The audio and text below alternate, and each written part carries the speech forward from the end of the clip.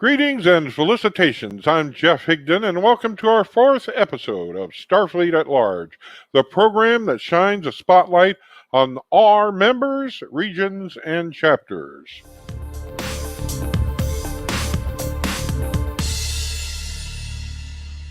We're going to look at the news around the regions of our fleet this month. The Heimdall in Region 1 enjoyed a tremendous presentation by 14-year-old Charlie Hagman. Charlie is the student that won the Heimdall Space Camp contest in 2020, but had to postpone his trip until June due to COVID. In Region 2, we learned that the USS Amelia Earhart launched their first NX class, the USS NSC. Region 3 reports that the USS Battleborn CO and a Lieutenant Parker attended the Lakespur Renaissance Fair in Colorado. The Stormbringer of Region 4 reports their CO, Rear Admiral Boyd Harmon, had quoted in saying, "If we don't have a Starfest next spring in Denver, I might just decide to move to the hills and become a hermit." In Region 5, the H. Lamar's Kathy Travis was promoted to the rank of Commander. Congratulations, Kathy. Region 6 reports the USS Imperium's crew is getting ready for ValleyCom 46 in Fargo, North Dakota in October. Region 7's Katherine Johnson reports its crew members will also be present and participating in the Western Regional Summit on September 25th, hosted by the Stella Parada and the Venture. Region 8's Charleston Station, also known as Deep Space 8, reports that Gerard Petarius was promoted to the rank of captain. Congratulations, Gerard. Region 9's USS Excelsior had a jacuzzi party. I wish I was at that one. Region 10 reports that the crew of the USS Cortana is excited to be gearing up for the inaugural Region Summit and muster via online video link this year. Region 11 reports that the Animus crew member Chris Miller was promoted to the rank of Lieutenant JG. Congratulations, Chris. Region 12's USS Portas held their August meeting at the Rantoul Library in Rantoul, Illinois, the former site of Chinook Air Force Base. This will also be the location of their September meeting. Their goal for the October meeting will be at a park in Monticello. Region 13 reports that the USS Cerberus and Commander Hughes volunteered to be part of a dunk tank event in his hometown. The event raised money for cancer treatment. The USS Nathan Hale in Region 15 created a Chapter Extra Life team to raise money for the Children's Miracle Network. In Region 17, the Russell Case reports that a few of the crew attended the theater showing of Star Trek IV: The Voyage Home. Region 18 reports the Omni Pathfinder's Captain Maru finished the SFDPP course. Congratulations, Captain Maru. Region 19 reports that the USS Panda reports that they are very excited to watch the Star Trek Day live stream, which happened a few days ago. And the Region 20's USS Balba posted congratulations on Red Squad awards to James Fairbairn and Kirk McRae. Well, that's all for our news tonight.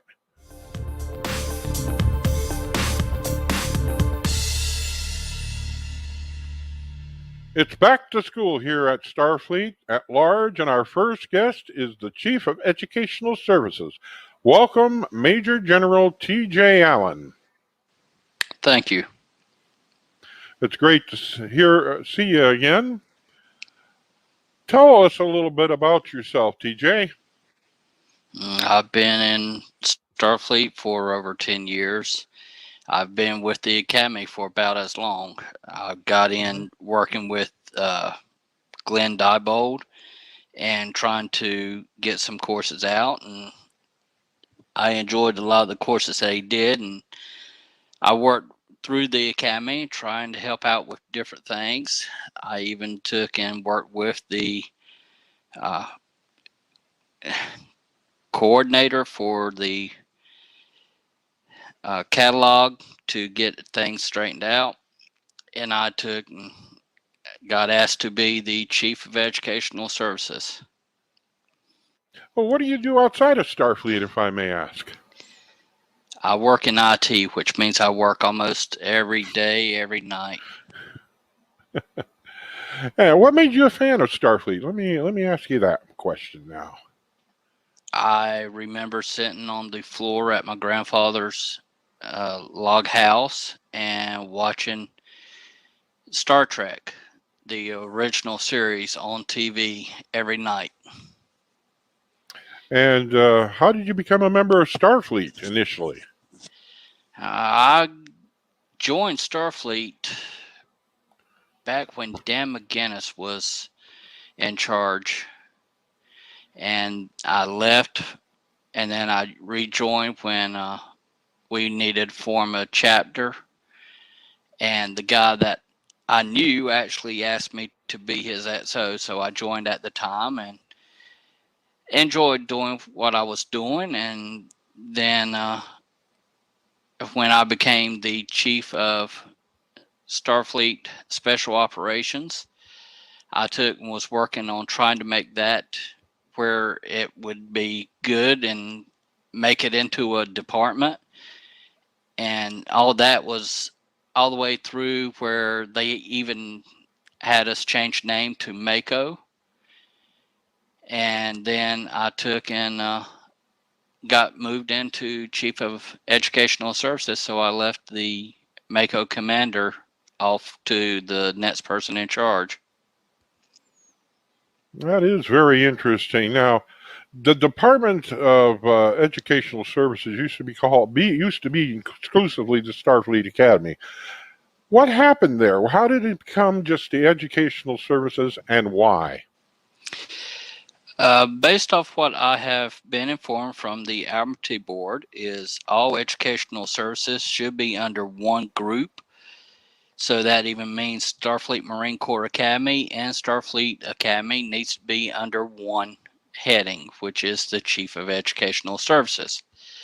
So through the Office of Educational Services, we report as the unity of both educational services.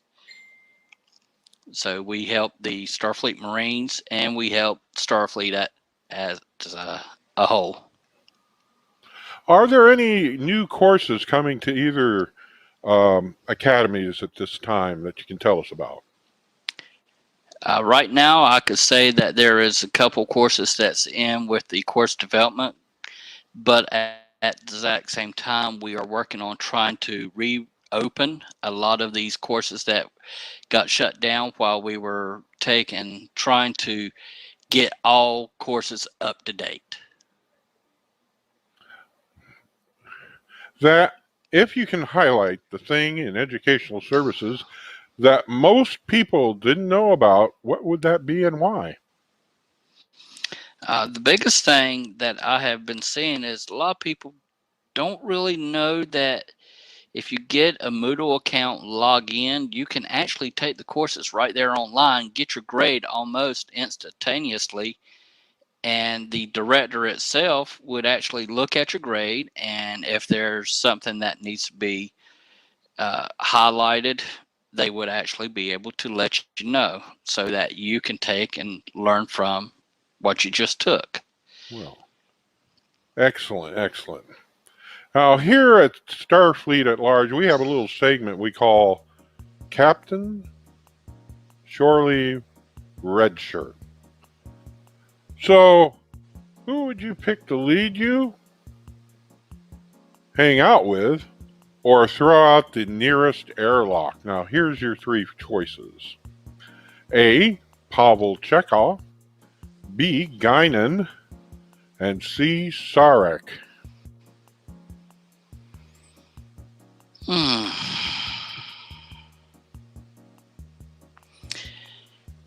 I like Sarek. I like Chekhov, and I like Guinan. I mean, it's kind of hard to determine which one's going to do what. I mean, Chekhov was young, and he was able to take and learn on the fly, and he had an excellent mind from what I have seen. So I would probably say I would use him as who would lead. Hang out with, I probably say Sarek, hang out with him. But I can't shoot anyone out the airlock. I have to agree with you. Those are three tough answers to a question. So, I mean, I'd hang out with all of them. And Pavel, I gotta agree that Pavel would be a great leader. Well, thanks for being my guest here on Starfleet at Large and sharing your experiences with the membership, TJ. Thank you. Coming up next, a little course on how to use the Moodle application for Starfleet Academy. All right, so I've been asked to have a walkthrough of Moodle. So let's start with the Starfleet Educational Services main website. You want es@sfi.org. There used to be some old addresses. Make sure you are at this one. If this is not the screen you get, then you're not in the right place. Get to Moodle. Go over here to your top menu items and hit where it says Moodle courses. Okay, so once you hit that button, it takes you to this page right here. You're going to read all that stuff. It's kind of important. Then you're going to hit create new account. Your age. Why do we ask your age? Because we have certain things, certain courses that are designed either for cadets 18 and under or for our adult members who may be challenged. If you believe you fall into that category, you can talk to the director of any of our cadet courses. But that's why we ask the age, and you need to input the country that you are in and hit proceed. We all know about data protection policy, so you should be reading this information when you create an account. I click next. Again, you're going to want to read that. Next. And again. Oops. There we go. All right. When you get to here, you have to agree to all the stuff you've just read. So fill in all the information.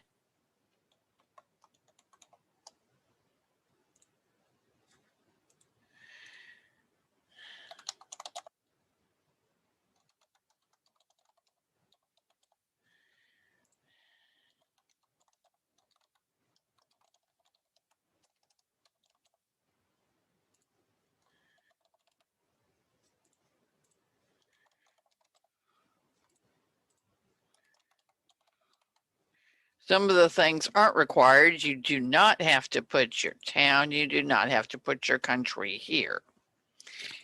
But if you want people to be able to see where you're from, it can be a good thing. Your SCC number is required. You are not required to put your rank in here, but you can. Again, if it's a cadet, you're going to check that box. And there are hoops that have to be gone through. Whoops. Helps if I do a good password, doesn't it? Now I'm going to go ahead and log into my account and take you to how to take a course.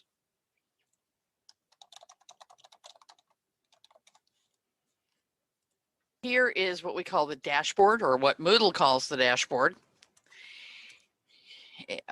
If you click here, it will take you back to the Educational Services main website where we started. If you click here, you can download the course catalog in a PDF. That can really help you navigate the different colleges and institutes and find the things you want to take.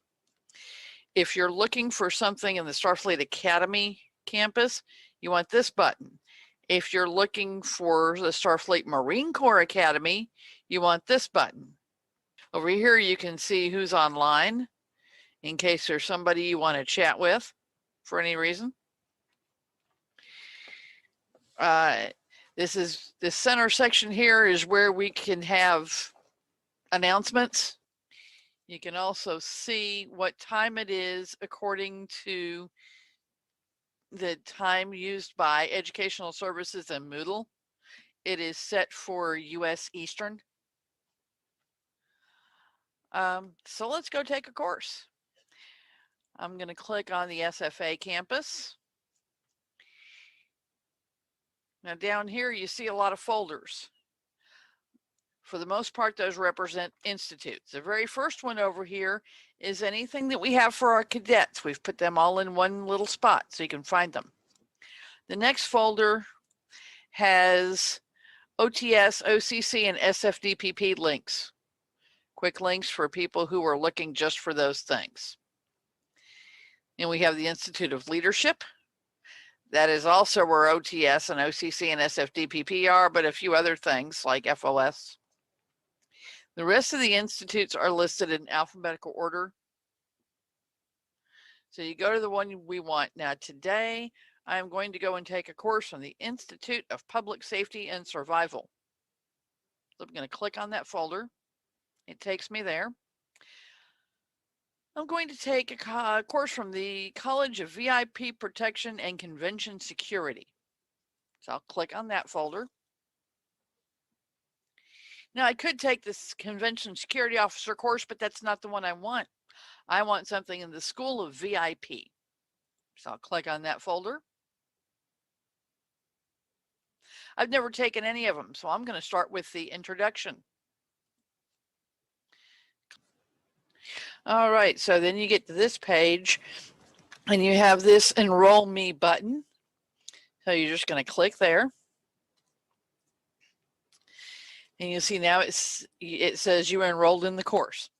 Now some of the course pages look a little different, but you'll have all the same basic things in any course. If there's a manual, there will be a PDF of the manual that you can download, and please use that while you're taking these exams. There should be a PDF of the exam itself that you can download and take that way if you like. But what most people want is right here where it says quiz, where there's this green clipboard. That's the automated quiz. It's not available for all courses yet, but we're getting there. So you're going to click that. And then you see this button that says attempt quiz now. You're going to click that. And when you get in here, each question is going to be on a different page. If you want to flag a question, you can do that right over there. That puts a little flag over here in the box to remind you to go back later and look at it again if you want to do that. So you're just going to go through each question, of course, research it in the manual, come over here and answer it. If you put the wrong answer, you can hit clear my choice. It'll take that back out. You can do it again. Hit next page. It'll take you to the next one. And you'll go on down through all the questions. If you want to, you can skip to questions using these little boxes over here. If it's gray at the bottom, that means you've answered it. If it's open, then you haven't answered it. I'm going to go through here and answer all these questions. A few moments later. While you're taking an exam, if you need to stop and go do something else, you can do that. You can log out, log back in, and barring any unforeseen glitches, all of your answers will still be there. But people come back after days or even weeks in finishing an exam. Absolutely nothing wrong with that. Once you've answered all the questions, this button over here changes to say finish attempt. If you flagged anything over here, now would be the time to go back and make sure you've actually answered them all and don't have any you want to return to. When you press that button, you actually have one more chance at it. You can see there's answers saved for all of the questions. If you want to go back and change anything, you can hit return to attempt. If you're done, you can hit submit all and finish. And then you've got another confirmation just in case. I'm going to submit all and finish. And it tells me right away that I got 100% or distinction on this exam. It also shows me all the answers, all of my answers to this exam. If you want to go back in later, if you missed some questions, it won't show right away. And honestly, unfortunately, I do not know what the wait time on that is. But you could go back and say an hour or the next day or something, and it won't tell you the right answers, but it will tell you which ones you missed. If you would still like to have more information about what you missed, you should contact the director. Or if you want to make a challenge about any that you missed, you can contact the director. Now, once you've finished your exam and you're ready to get your certificate, over here it says continue to course page. So you're going to click there. That can take you back. Again, now it's showing you what your grade was. This button down here says back to the course. So I'm going to go back to the course. And now I'm going to click certificate.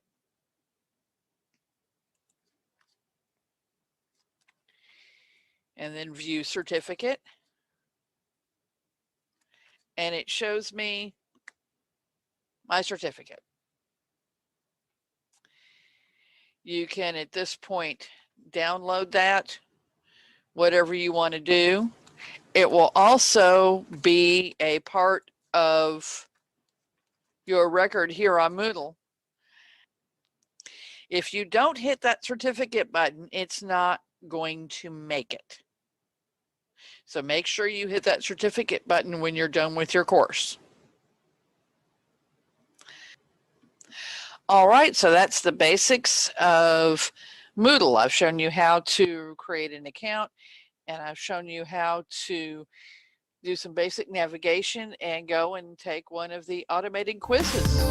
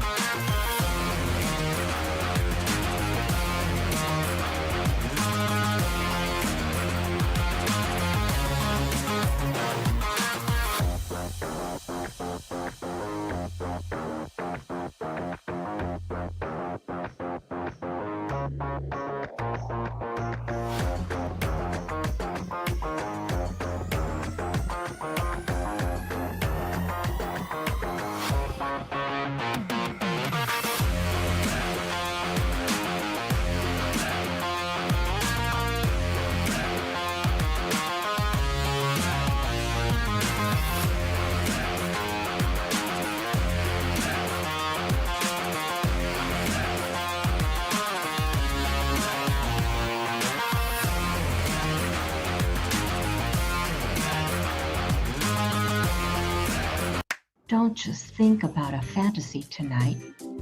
Log on and watch Starfleet After Dark. You'll always get a different show every time you watch. You can interact live on Facebook, YouTube, and Twitch every first and third Friday at 10 Central. This live stream is rated TV 18+ for strong, suggestive language and adult themes. The comments or views do not reflect those of Starfleet, the International Star Trek Fan Association. There has been plenty of time to do the SFDPP 101 and 102. Work has begun with fleet operations and the regional coordinators to determine which COs and XOs that have not taken the required exams. Starfleet is now dry docking or removing either the CO or XO who are lacking. These requirements have been set forth in the Members' Handbook and by the Office of Commander Starfleet in conjunction with the Admiralty Board of Starfleet International. Everyone with elevated access to the database including COs and XOs must have OTS, OCC, SFDPP 101 and 102. Our next guest is a member of the educational arm of Starfleet, the Vice Chief of Educational Services, as well as the current Commandant of Starfleet Academy. Welcome, General Jill Rayburn. Hi, Jill. Hello. It's good to see you. Tell us about yourself. You too. Thank you. Tell us about yourself. I live in Kentucky with my husband, Dennis. I think most people have heard of him for good or ill. And our housemate, Dawn, who also is a member of Starfleet, and they're both with me in the academy. And we have 4 lovely fur babies. This is Spock.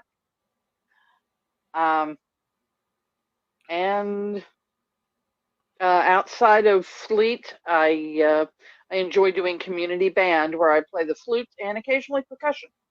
Oh, wow. Wow. That's interesting. Hey, what made you join Starfleet? What brought you to Starfleet? Well, I remember I was in college and saw some signs at the local, at the community center there on campus about forming a group. One of the chapters wanted to form a shuttle in our area. There were still shuttles back then. And so some of my friends and I went to our first meeting, and we loved the fact that we were connecting with people who also liked Star Trek, but also liked some of the other things that we were into, Star Wars and gaming and different things like that. So that's what got me into Starfleet. What made you a Star Trek fan? I may have skipped that. That's all right. I remember when I was younger, there would be reruns, because I'm not quite that old, but there would be reruns, and they were like on Sunday mornings where I lived. And if everything went well with church, then we came home and I was allowed to watch Star Trek. And it was that wonderful view of the future, and also the escapism, the fact that they were somewhere different every week, and you were seeing all kinds of planets and all kinds of beings. And that was, a positive thing. Now, as Vice Chief of Educational Services, how does your position differ from your boss's? Well, he gets all the headaches of working with the executive committee and the Admiralty Board. And I don't get quite as much of that. But one of the big things, and this is just our dynamic, it might or might not work the same way for the next group of people in the position, but he has been the one primarily working with the SFMCA, trying to get them onto Moodle and help them improve what was already a good program and make it better and get Sammy's tail out of there.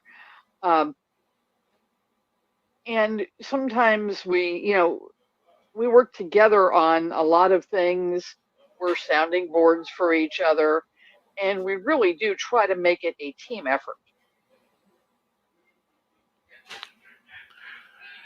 What academy courses would you recommend to a new member and why besides OTS and OCC?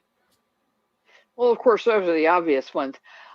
Because I handle OTS and I'm also commandant, I get asked quite often, well, what should I do first? And my standard answer is I tell people to download the catalog and just look at what appeals to them.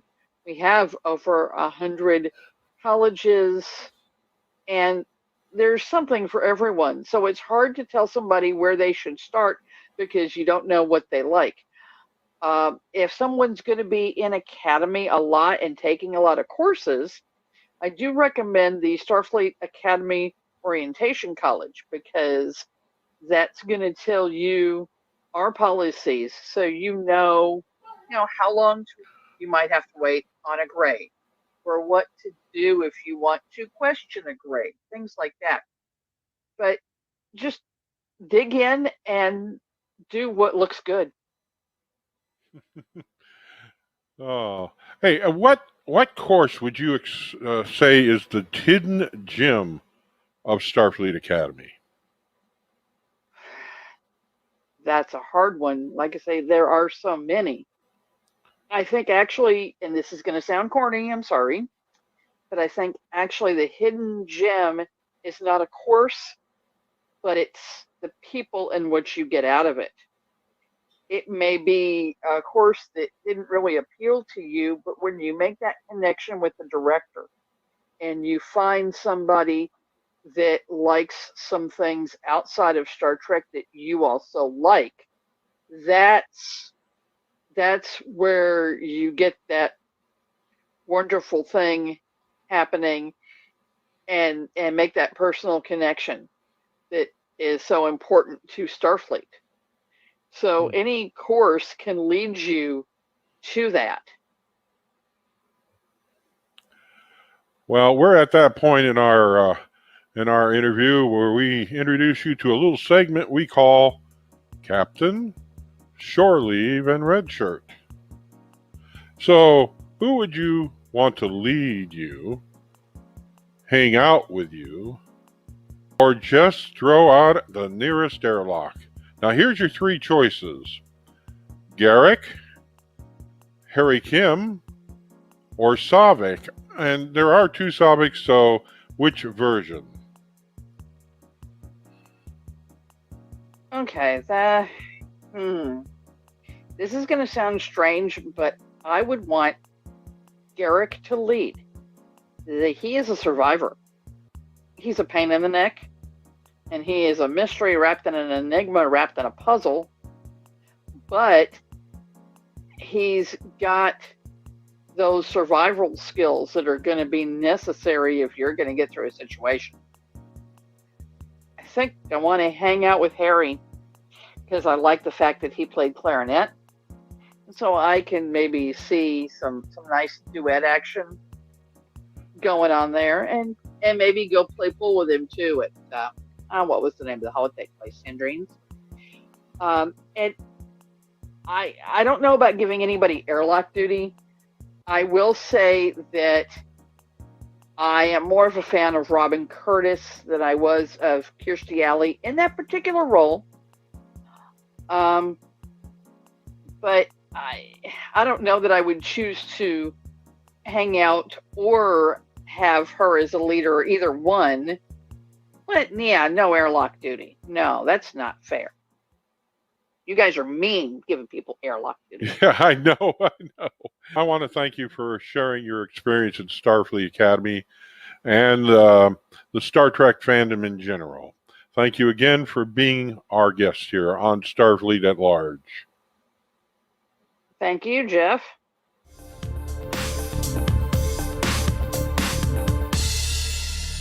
Here are some conventions coming up around the world. We currently don't know when or whether they will be happening due to the COVID surges that we have in the world, but be sure to check before you go.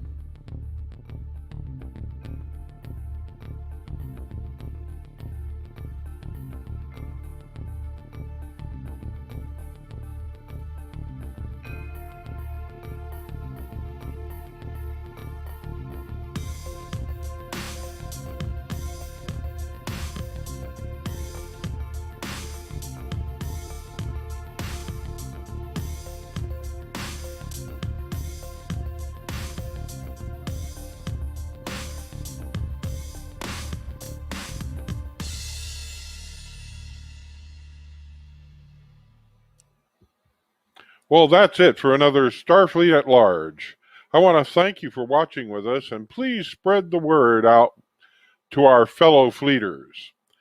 If you'd like to be on the show or know someone who should be, email us at starfleetatlarge@gmail.com. And if you have any news, send it to the same address. On behalf of the staff of Starfleet at Large, I'm Jeff Higdon.